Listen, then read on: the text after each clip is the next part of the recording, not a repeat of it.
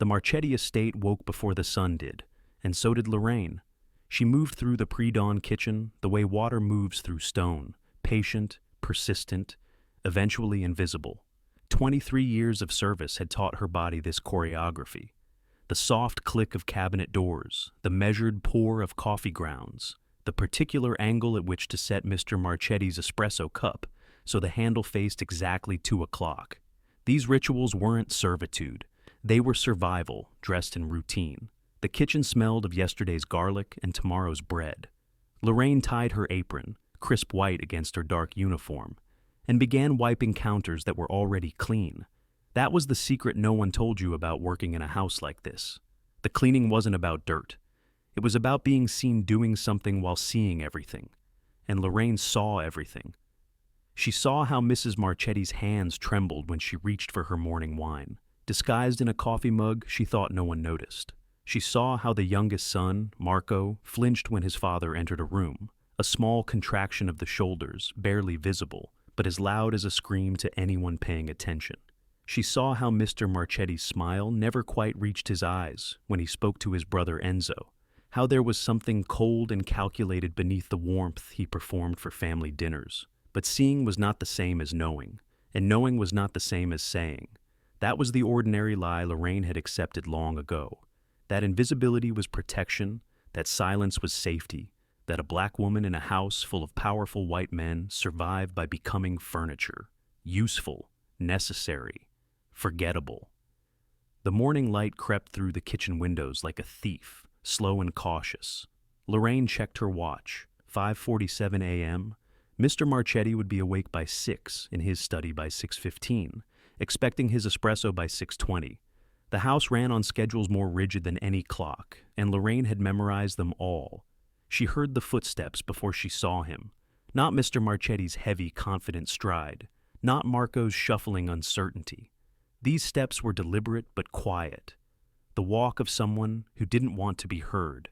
Vincent Marchetti appeared in the kitchen doorway, still dressed in last night's clothes. His tie hung loose around his neck like a silk noose, and his eyes carried the particular exhaustion of a man who hadn't slept because he couldn't, not because he'd chosen not to. Lorraine. He said her name like he was surprised to find her there, even though she was always there, had been there for over 2 decades, would probably die there. You're up early. Same time as always, Mr. Vincent? He nodded, distracted, already looking past her toward the hallway that led to his father's study. Vincent was the eldest son, the heir apparent, the one who was supposed to carry the Marchetti name into the next generation. At 42, he had his father's jaw and his mother's anxious eyes, a combination that made him look perpetually conflicted, as if his face couldn't decide which parent to disappoint. Is my father awake? Not yet, sir. Another 20 minutes or so. Vincent's hand went to his pocket, then withdrew empty. He used to smoke. Lorraine remembered lighting his cigarettes at garden parties years ago, but he'd quit when his daughter was born. Now, his fingers just searched for ghosts. I need to speak with him, before Enzo arrives. Something in his voice made Lorraine's hands pause mid-wipe. Not the words themselves, family business was family business. And she'd learned long ago not to hear what wasn't meant for her. But the tone. There was something fractured in it, something desperate trying to sound casual. I can let you know when he's in his study, sir. Vincent looked at her then, really looked the way people rarely did when they'd grown accustomed to your presence. For a moment, Lorraine felt seen in a way that made her uncomfortable, as if he were trying to calculate something about her, weigh her in some invisible scale. That won't be necessary, he said finally. I'll wait. He disappeared down the hallway, and Lorraine released a breath she hadn't realized she'd been holding. The kitchen settled back into its morning silence, but something had shifted. The air felt different now, charged with the electricity of words unspoken. She finished the espresso preparation and began setting the breakfast trays, silver polished until it reflected nothing but her own dark hands moving with practiced efficiency. China so thin you could see light through it. Linen napkins folded into shapes that took her 3 years to master. Everything perfect, everything precise, everything designed to make her labor invisible while its results remained immaculate. By 6:15, she heard Mr. Marchetti's study door close. By 6:18, she heard raised voices, Vincent's urgent whisper, his father's dismissive baritone. By 6:20, she was walking down the hallway with the espresso tray, her footsteps silent on the imported marble. The study door was slightly ajar. That was unusual. Mr. Marchetti was meticulous about closed doors, about keeping the world partitioned into rooms where certain conversations could occur and others where they couldn't. Lorraine hesitated. Protocol said, knock, wait for acknowledgement, enter with eyes down and hands steady. Protocol had kept her safe for 23 years. But the voices carried through that gap in the door like smoke through a crack in a window. Can't trust him anymore, Father. The accountant confirmed it. Enzo has been moving money, significant amounts, to accounts we can't trace.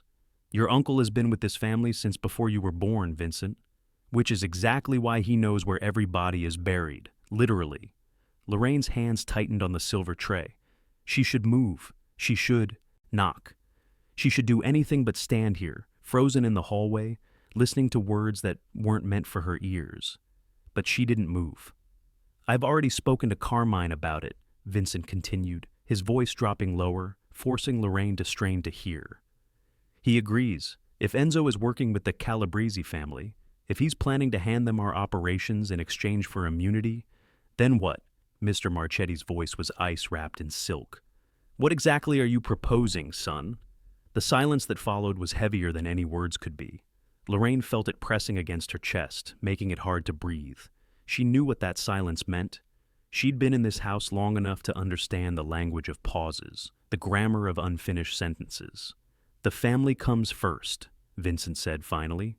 It always has. Whatever needs to be done to protect it, that's what we do. And you're prepared for what that means? For your uncle? I'm prepared to do what you've always taught me to do, Father. Whatever is necessary. Lorraine's foot found a floorboard that creaked, a sound she'd learned to avoid years ago, but had forgotten in her stillness. The conversation stopped abruptly. She knocked on the door, 3 measured raps, as if she'd just arrived. Your espresso, Mr. Marchetti. The door swung open fully, revealing Vincent's pale face and his father's expression of controlled assessment. Lorraine kept her eyes down, her hands steady on the tray, her face arranged in the pleasant neutrality she'd perfected over decades. Thank you, Lorraine, Mr. Marchetti said, his voice betraying nothing. Leave it on the desk. She entered, placed the tray, adjusted the cup handle to 2 o'clock, and exited, all without raising her gaze, all without acknowledging that anything unusual had occurred, all without letting them see that her hands had begun to tremble beneath her perfectly pressed white apron. The door closed behind her, and Lorraine walked back to her kitchen carrying knowledge she'd never asked for, knowledge that sat in her chest like a stone, heavy with the weight of a decision she didn't yet know she'd have to make. The morning sun was fully up now, painting the hallway in gold. Somewhere in the house, Mrs. Marchetti was reaching for her coffee mug. Somewhere, Marco was bracing himself for another day of disappointment. And somewhere, Enzo Marchetti was going about his morning, unaware that his nephew had just spoken his death sentence into existence. Lorraine began preparing breakfast, because that's what she did, because routine was safety, because invisible women didn't have to choose sides in wars that weren't theirs. But even as she cracked eggs into a bowl, she knew some truths, once heard, couldn't be unheard, and some silences, once broken, couldn't be repaired. 3 days passed like stones sinking in still water, slowly, heavily, leaving ripples that spread outward in every direction. Lorraine went through her routines, breakfast at 7, lunch at noon, dinner at 8.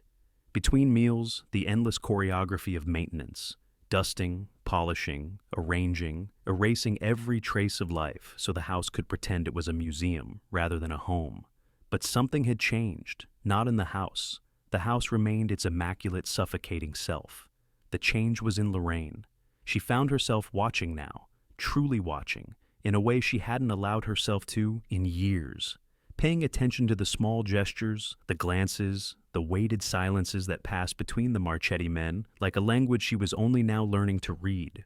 Enzo came to dinner that first night, as he always did on Wednesdays.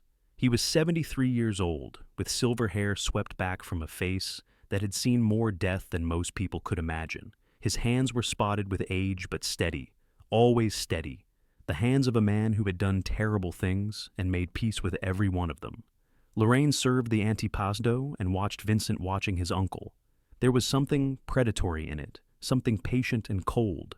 Vincent's wife Diana chatted about their daughter's piano recital, oblivious or pretending to be. Mrs. Marchetti drank steadily and said nothing. Marco pushed food around his plate and excused himself early. And Mr. Marchetti, the patriarch, the center around which this family orbited like damaged satellites, he observed it all with the detached interest of a god watching mortals make their inevitable mistakes. "The risotto is excellent, Lorraine," Enzo said as she cleared the first course. He always complimented her cooking, had done so for 23 years, often adding small details about his childhood in Sicily, about his mother's kitchen, about a world that existed before America and concrete and blood money. "Thank you, Mr. Enzo." She didn't meet his eyes, couldn't, because now she knew something about his future that he didn't, and carrying that knowledge felt like holding a weapon she didn't want and couldn't put down. On the second day, Carmine Brazzi visited. He was the family's enforcer, a title that meant exactly what it sounded like. Lorraine had seen him at hundreds of dinners over the years, a quiet man with sad eyes and hands that never quite stopped moving, as if they were always preparing for violence even when surrounded by china and crystal. She brought coffee to Mr. Marchetti's study during the meeting, knocked and waited, and entered with her eyes down. "Needs to happen soon," Carmine was saying, "before he has a chance to finalize anything with the Calabrese. Once papers are signed, once information is exchanged." "I understand the timeline," Mr. Marchetti interrupted. "What I need from you is discretion. This isn't some street dispute. This is family." Lorraine set down the coffee service. Her hands moved automatically, arranging cups and saucers, but her mind was cataloging every word, filing it away in a place she wished she could lock and forget. "Family that's betraying us," Vincent said from somewhere behind her. "Family nonetheless."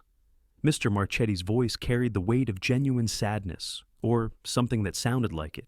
"My brother, my blood. Do you think I take this lightly?" "No, sir." Carmine's voice was soft, respectful. "I just need to know when." The silence stretched. Lorraine finished arranging the service and turned to leave. "Sunday," Mr. Marchetti said as she reached the door. "After church. He always takes a walk in the garden afterward. He likes the roses." Lorraine's hand froze on the doorknob for just a fraction of a second, long enough to feel like an eternity, short enough that no one should have noticed. But someone did. "Lorraine?" Mr. Marchetti's voice stopped her. "Close the door properly on your way out." "Yes, sir." She closed it. Properly, completely, sealing herself on the outside while death was planned on the inside. That night, alone in her small room on the third floor, the servants' quarters, where the ceilings were low and the windows faced nothing but a brick wall, Lorraine sat on her bed and tried to untangle what she was feeling. Fear, certainly. The Marchetti family didn't tolerate leaks. She'd seen what happened to people who knew too much and said too little of the right things and too much of the wrong ones. A gardener 12 years ago who'd witnessed something in the greenhouse. A driver, before that, who'd talked to the wrong people. They disappeared the way morning fog disappears, slowly at first, then all at once, leaving no trace that they had ever existed. But fear wasn't all of it. There was something else, something that felt almost like guilt, though she had nothing to feel guilty about. She hadn't asked to hear those conversations. She hadn't chosen to know, except, and this was the thought that kept circling back like a bird that couldn't find a place to land, except she had. She'd stood in that hallway the first morning when she could have knocked immediately. She'd let herself listen. She'd let herself know. Why? The question haunted her through the third day, through the preparation of meals she couldn't taste and the cleaning of rooms she couldn't see. Why had she listened? Why was she still listening? Still watching? Still cataloging every glance and gesture as if building a case for a trial that would never happen? She found the answer in the most unexpected place. Enzo Marchetti's eyes. He came to the house on the third afternoon for a meeting she wasn't privy to. She passed him in the hallway, carrying fresh towels to the guest bathroom, and for a moment their eyes met. He looked tired. Not the exhaustion of a man who needed sleep, but the weariness of someone carrying a weight they couldn't put down. There was kindness in those eyes. Real kindness, the kind that couldn't be performed, only felt. And there was something else, too. A kind of resignation, as if some part of him already knew what was coming. "You've been here a long time, Lorraine," he said softly, "since before Vincent was married. since Marco was a boy. 23 years, Mr. Enzo. He nodded slowly. That's a lot of time to spend invisible. The words hit her like cold water. Not because they were cruel, they weren't, but because they were true. 23 years of being looked through rather than looked at. 23 years of perfecting the art of not existing while existing everywhere. I have made my peace with it, sir. Have you? His smile was gentle, sad. Or have you just gotten very good at pretending you have? He walked away before she could answer, leaving her standing in the hallway with an armful of towels and a question she didn't know how to address. That night, she couldn't sleep. She lay in her narrow bed, staring at the ceiling, and thought about Enzo Marchetti's kindness, about the way he always remembered her name, always complimented her cooking, always spoke to her as if she were a person rather than a piece of furniture. She thought about the gardener who'd disappeared, about the driver, about all the people who'd worked in this house and left it in ways that couldn't be discussed. And she thought about Sunday, about roses, about a walk that would end in something no one would ever speak of again. Somewhere in the house, a clock struck midnight. Lorraine closed her eyes and tried to pray, but the words wouldn't come. She'd been raised in the church, had believed once in a God who watched over the innocent and punished the wicked, but 23 years in the Marchetti house had taught her something different, that innocence was a luxury, and wickedness was relative, and the only God who mattered was the one who signed your paycheck. Still, she found herself whispering into the darkness, "Lord, show me what to do." The darkness didn't answer. It never did. But Lorraine knew, with a certainty that settled into her bones like winter cold, that silence was no longer an option she could afford. Friday arrived wrapped in gray clouds and the smell of coming rain. Lorraine moved through her duties like a woman underwater, every motion slowed by the weight of what she carried. She made breakfast, she served lunch, she polished silver and arranged flowers and folded napkins into shapes that mocked her with their pointless perfection. But her mind was elsewhere, trapped in a loop of calculation and consequence, running scenarios like a woman planning an escape from a burning building. She could say nothing. That was always an option. Keep her head down, her mouth closed, let Sunday come and go, and carry the knowledge to her grave. It was the safe choice, the survival choice, the choice that 23 years of service had trained her to make without question. But Enzo's words kept echoing in her head. That's a lot of time to spend invisible. He was right. She had spent decades perfecting disappearance, making herself small and quiet and forgettable. And where had it gotten her? A small room with a window that faced a wall, a savings account that might last 3 years if she was careful, a life measured in other people's meals and other people's messes. She was 61 years old. Her mother had died at 63, worn down by a lifetime of similar service in similar houses. Her father hadn't made it to 60 at all, heart attack at 58, brought on by stress and silence and all the things he'd seen and never spoken of. Was that her future? To disappear completely, having never once used her voice for something that mattered? She could go to the police. That was the second option, the obvious one. The choice any reasonable person would say was right. Walk into a station, ask for a detective, explain what she'd heard, let the law handle it.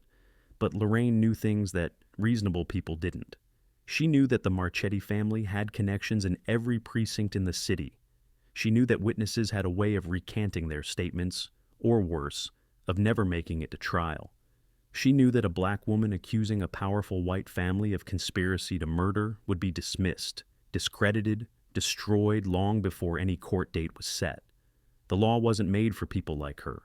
It never had been. She could warn Enzo directly.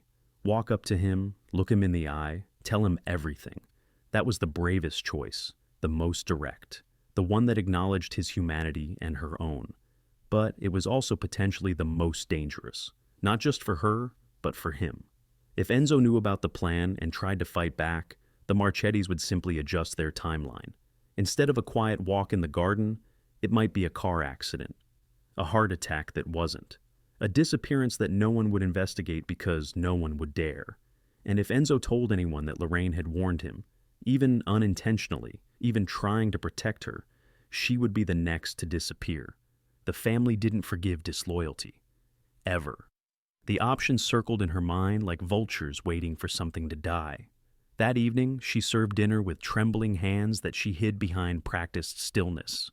The family was all there, Mr. and Mrs. Marchetti at opposite ends of the long table, Vincent and Diana across from Marco, everyone performing normalcy while something monstrous waited just beneath the surface. Enzo wasn't present. He only came on Wednesdays. She was clearing the soup course when Mrs. Marchetti spoke directly to her, something that rarely happened, something that made the entire table pause. "Lorraine, you've worked for this family for a long time." "Yes, ma'am, 23 years. Mrs. Marchetti's eyes were glassy, unfocused. Too much wine, as always, but something else too. Something that looked almost like grief. "My husband says you're the most loyal person in this house, that you've never once given him reason to doubt you." Lorraine's heart hammered against her ribs. "I try to do my job well, ma'am."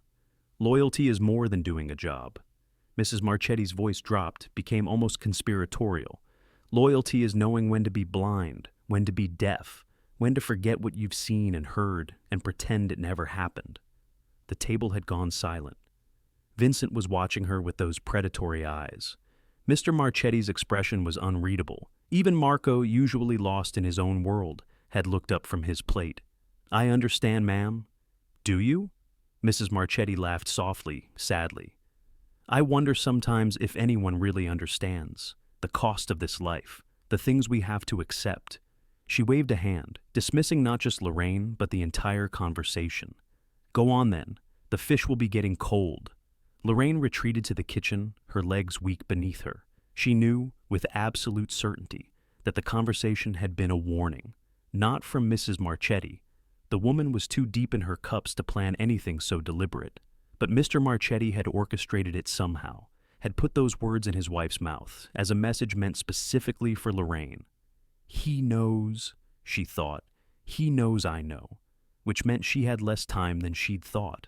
Sunday was 2 days away, but if Mr. Marchetti suspected she might talk, might act, might do anything other than remain perfectly silent, she had to decide.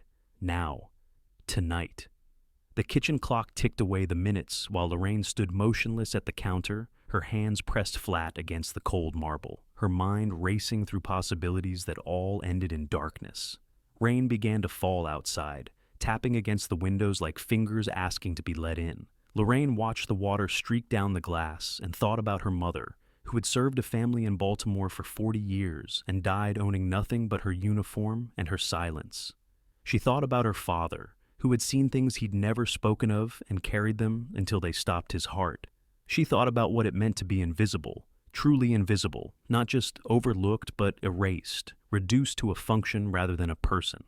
And she thought about Enzo Marchetti, who would walk in a garden on Sunday morning, admiring roses while death approached him from behind. The rain fell harder, the clock kept ticking, and somewhere in the space between one heartbeat and the next, Lorraine made her decision. She would not warn the police. She would not warn Enzo directly. She would do something else entirely, something that had occurred to her hours ago, but that she'd dismissed as impossible, as too dangerous, as the kind of choice that got invisible women killed. She would give Enzo a chance to save himself, not by telling him what she knew, but by showing him something that would make him understand on his own. The family kept files. Everyone knew that. The staff whispered about it sometimes, the way people whisper about ghosts and monsters, things too terrible to discuss openly. Files on everyone, documents that could destroy lives, evidence that Mr. Marchetti held like insurance against a world he didn't trust. And Lorraine knew where those files were kept. 23 years of cleaning a house taught you where everything was hidden. The wall safe behind the portrait in the study, the locked drawer in the master bedroom, the hidden compartment in the library floor beneath the Persian rug that she'd vacuumed 1,000 times. If she could get to those files, if she could leave one where Enzo would find it, something that would reveal Vincent's betrayal without implicating her. It was insane. It was suicide. It was the choice of a woman who had finally decided that there were worse things than dying. There was living as if you were already dead. Saturday night came like a held breath. The house was quiet by 11. Mr. and Mrs. Marchetti in their separate bedrooms, Marco at whatever club helped him forget his family, Vincent and Diana gone to their own residence across town. Only the skeleton staff remained, a night guard at the front gate, a cook's assistant in the servants' quarters, and Lorraine. She waited until midnight, then waited longer, letting the silence deepen until it felt solid enough to touch. When the clock struck 1, she rose from her bed still dressed in her dark uniform, every button fastened, every crease sharp. If she was caught, she wanted to look like what she was, a woman at work, not a thief, not a traitor, just a maid doing her rounds. The third-floor hallway was dark. She knew its geography by memory. 18 steps to the stairwell, 42 steps down to the second floor, 17 more to the library door. She counted each one, her soft-soled shoes making no sound on the polished hardwood. The library smelled of old paper and older secrets. Lorraine closed the door behind her and stood in the darkness, letting her eyes adjust. Moonlight leaked through the tall windows, painting silver rectangles on the floor, illuminating the Persian rug that covered the compartment she sought. She knelt, rolled back the rug with hands that refused to tremble, though every instinct screamed at her to run. The compartment was secured by a combination lock, 4 digits that she'd seen Mr. Marchetti enter 3 years ago, when he hadn't known she was watching from the doorway with a tray of afternoon tea. His mother's birthday. The man was ruthless, but he was also sentimental in ways he'd never admit. The lock clicked open. Inside, she found exactly what she'd expected. Manila folders arranged in alphabetical order, each one thick with documents and photographs and the kind of evidence that could end careers, end marriages, end lives. She flipped through them quickly, Brazzi, Calabresi, Di Napoli, Garcia, until she found what she was looking for. Marchetti, Enzo. The folder was thinner than she had expected. She opened it, hands finally trembling now, and scanned the contents by the thin light of the moon. What she found changed everything. There were bank statements, yes, the same ones Vincent had mentioned, showing transfers to untraceable accounts. But there were also letters, correspondence between Enzo and a name that made Lorraine's breath catch in her throat. FBI Special Agent Catherine Torres. Enzo wasn't betraying the family to the Calabresi. He was betraying them to the federal government. He'd been cooperating for over a year, providing information that would bring down not just the Marchettis, but half the organized crime families on the East Coast. At the bottom of the file was a single photograph. Enzo sitting in what looked like a government office, signing documents while men in suits watched. The timestamp in the corner was 3 months old. Lorraine stared at the image, trying to reconcile it with everything she thought she knew. Enzo, kind, gentle Enzo, who complimented her cooking and remembered her name, was an informant, a traitor, a man who had decided to tear down the empire his own brother had built, and the Marchettis were going to kill him for it. She should have put the file back, should have closed the compartment, replaced the rug, returned to her room, and spent the rest of her life pretending she'd never seen any of it. Instead, she took the folder. The walk back to her room was longer than the walk to the library had been. Every shadow seemed alive. Every creak of the old house sounded like an accusation. But she made it. 18 steps up the stairwell, 17 steps down the hall, into her small room with the window that faced the wall. She sat on her bed with the folder in her lap and made a new decision. She wouldn't leave the file for Enzo to find. That plan was useless now, based on a misunderstanding of who Enzo was and what he was doing. Instead, she would do something she'd never imagined herself capable of. She would call the FBI herself. The phone was in the servants' common room, 1 floor down. Lorraine checked her watch, 2:47 a.m. The night guard was stationed at the front gate, too far away to hear. The cook's assistant slept like the dead. If she was quick, if she was quiet. She found the number at the bottom of one of the letters in Enzo's file. A direct line to Agent Torres, handwritten in careful script, probably meant for emergencies. This felt like an emergency. The phone rang 3 times before a tired voice answered. Torres, my name is Lorraine Carter.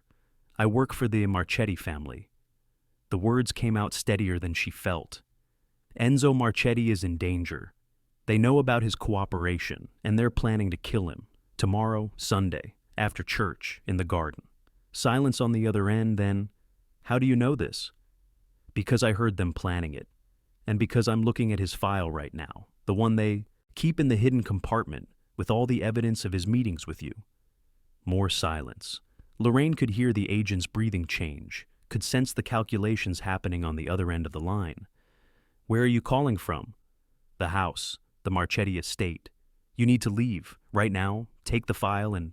I can't. Lorraine's voice broke for the first time. I've worked here for 23 years. If I disappear tonight, they'll know something's wrong. They'll move up the timeline, change the plan. Enzo will still die, and they'll know I was involved. Then what are you proposing? Lorraine closed her eyes. I stay. I act normal. I serve breakfast and lunch and pretend I don't know anything. And you get people in place to stop what's going to happen tomorrow. That's incredibly dangerous for you. I know. Why are you doing this? Enzo Marchetti is hardly an innocent man. He's been part of that family's operations for 50 years. Why was she doing this? The question had a simple answer and a complicated one, and Lorraine gave the agent both. Because I'm tired of being invisible, and because some things are worth dying for. She hung up before the agent could respond, replaced the phone in its cradle, returned to her room, hid the file beneath her mattress, and lay down in the darkness with her heart pounding so loud she was sure the whole house could hear it. Sleep didn't come. She hadn't expected it to. When dawn broke, gray and reluctant through her small window, Lorraine rose and began her morning routine. She dressed in her uniform, crisp and perfect as always. She tied her apron. She went down to the kitchen and started the espresso, the toast, the elaborate breakfast that would be eaten by people planning murder.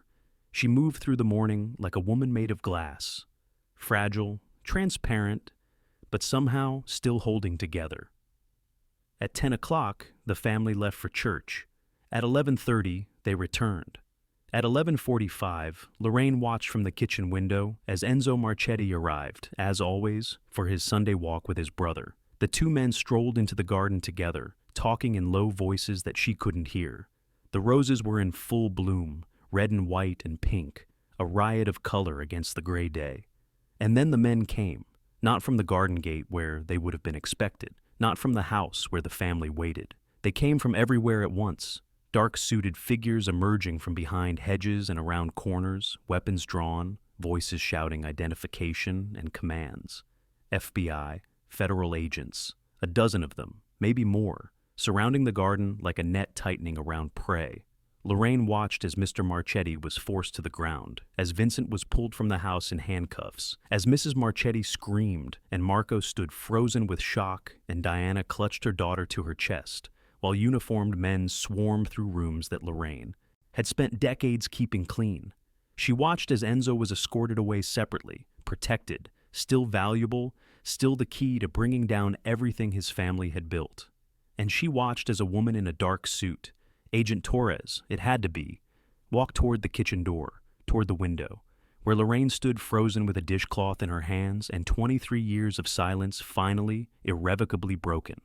The door opened. Ms. Carter? Yes. We need to talk. Lorraine set down the dishcloth, untied her apron, and folded it carefully on the counter. She looked around the kitchen one last time, at the espresso machine, the silver service, the china so thin you could see light through it. Then she walked out of the Marchetti house for the last time, into a world where she was no longer invisible. 6 months later, Lorraine sat on a bench in a park she'd never visited before, in a city she'd never lived in, watching children play on swings while their mothers scrolled through phones and their fathers pretended to read newspapers. The trial was over. Vincent Marchetti had been sentenced to 45 years. Mr. Marchetti, Giuseppe, she'd finally learned to call him now that he was just a name in a court document rather than a man she served, would die in prison. Mrs. Marchetti had been granted immunity in exchange for testimony, and the last Lorraine had heard, she'd moved to Florida, to a condominium where no one knew her name. Marco had disappeared entirely. Some said witness protection, others said Europe, others said something darker. Lorraine tried not to wonder which was true. And Enzo, kind, complicated Enzo, who had been both part of the monster and the one who helped destroy it, was somewhere safe, building a new life out of the rubble of the old one. The government owed him that much. Lorraine hoped he was finding peace, though she knew better than to believe peace came easily to men like him. She herself had been given a new identity, a new city, a small pension that would last the rest of her life if she was careful. Witness protection, they called it, though she preferred to think of it as witness transformation. She was no longer Lorraine Carter, the maid who had served the Marchetti family for 23 years. She was someone else now, Someone without a history, without a story, without 23 years of carefully cultivated invisibility. It was strange, being visible. People looked at her now, not as a servant, not as furniture, but as a person. A stranger on the street might catch her eye and nod. A cashier at the grocery store might comment on the weather. Small interactions, meaningless to most people, but to Lorraine, they felt like miracles every time. She was learning, slowly, to take up space, to have opinions and voice them, to want things and ask for them, to exist as a full person rather than a shadow in someone else's home. It wasn't easy. Some days she still caught herself walking, too quietly, standing too still, making herself small in corners of rooms where no one was asking her to be small. Old habits died hard. Some of them might never die at all, but she was trying, and that was more than she'd done for a very long time. The wind picked up, carrying the sound of children's laughter across the park. Lorraine closed her eyes and let it wash over her, let the ordinary beauty of it settle into her bones.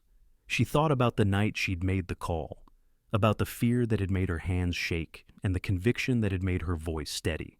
She thought about what might have happened if she'd stayed silent, if she'd let Sunday come and go and carried that knowledge to her grave. Enzo would be dead. The Marchetti empire would still be standing, and she would still be in that kitchen, invisible, waiting for someone to tell her what to polish next. Instead, she was here, alive, free, seen. It wasn't redemption. She'd done nothing that required redemption. It wasn't heroism. She didn't feel heroic, had never felt heroic, didn't know what heroism was supposed to feel like. It was simply choice, a single decision made in darkness that had changed the trajectory of everything. A woman sat down on the bench beside her, middle-aged, tired-looking, carrying a bag full of groceries and the weight of a life that hadn't gone the way she'd planned. Lorraine recognized the expression. She'd worn it herself for decades. "Beautiful day," the woman said. "It is. Mind if I sit for a minute? These bags are killing me. Please." They sat in companionable silence, two strangers sharing a bench, watching children play. It was the kind of moment Lorraine had never allowed herself in her old life. Too public, too visible, too much like existing rather than serving. After a while, the woman gathered her bags and stood. "Have a good one," she said. "You too." The woman walked away, and Lorraine stayed, watching the sky turn gold as the afternoon deepened toward evening. She thought about what Mrs. Marchetti had said that night at dinner, about knowing when to be blind and deaf, when to forget what you'd seen and heard. She thought about the cost of that kind of loyalty, not to a family, but to invisibility itself, to the lie that survival meant shrinking yourself until there was nothing left to threaten. She had believed the lie for 23 years, had built her life around it, shaped her identity to fit inside it, convinced herself that it was wisdom rather than fear. But fear had a way of becoming invisible too, of disguising itself as caution, as practicality, as common sense, of making you think you were choosing safety when really you were choosing erasure. Lorraine stood up from the bench, stretched, and began walking back toward her apartment, a small place, rented in her new name, with windows that faced a street rather than a wall. The walk was 15 minutes, long enough to think, but short, enough not to get lost in thought. As she walked, she passed a woman scrubbing the steps of a brownstone, her dark hands moving in familiar patterns across the stone. Their eyes met for a moment, recognition passing between them, the way it always did between women who knew what it meant to clean other people's messes. Lorraine nodded, the woman nodded back. Two women, seen by each other, if only for a moment. And Lorraine kept walking into a city that didn't know her history, toward a future that was finally, for the first time, entirely her own. The evening settled around her like a promise. Not of happiness, she'd learned not to trust promises of happiness, but of something more durable, of presence, of choice, of the right to be visible, even when no one was looking. She unlocked her apartment door, stepped inside, and stood for a moment in the silence of a space that belonged only to her. No family to serve, no secrets to keep, no one waiting to tell her where to stand or what to polish or how to make herself smaller. Just Lorraine. Whoever she was now, whoever she was becoming. She poured herself a glass of water, not crystal, not china, just a simple glass from a simple cabinet, and raised it toward the window, toward the last light of day painting the sky in colors she'd never stopped to notice when she was too busy being invisible to see. To choices, she said quietly. The glass caught the light and held it for a moment, like a small miracle. Then Lorraine drank and set the glass down, and began to make herself dinner, something simple, something her own. The truth doesn't break people, the pretending does. She didn't destroy them. She just stopped protecting them from themselves. Some endings arrive dressed as beginning, and some silences, once broken, become songs.